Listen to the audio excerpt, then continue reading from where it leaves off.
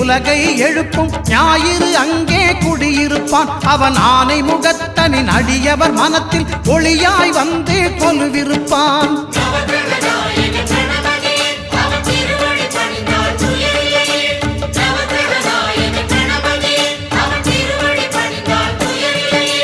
ஒன்பது கோளும் ஒன்றாய் காண அங்கு கற்பகம் என்னும் கடவுளின் மெய்யில்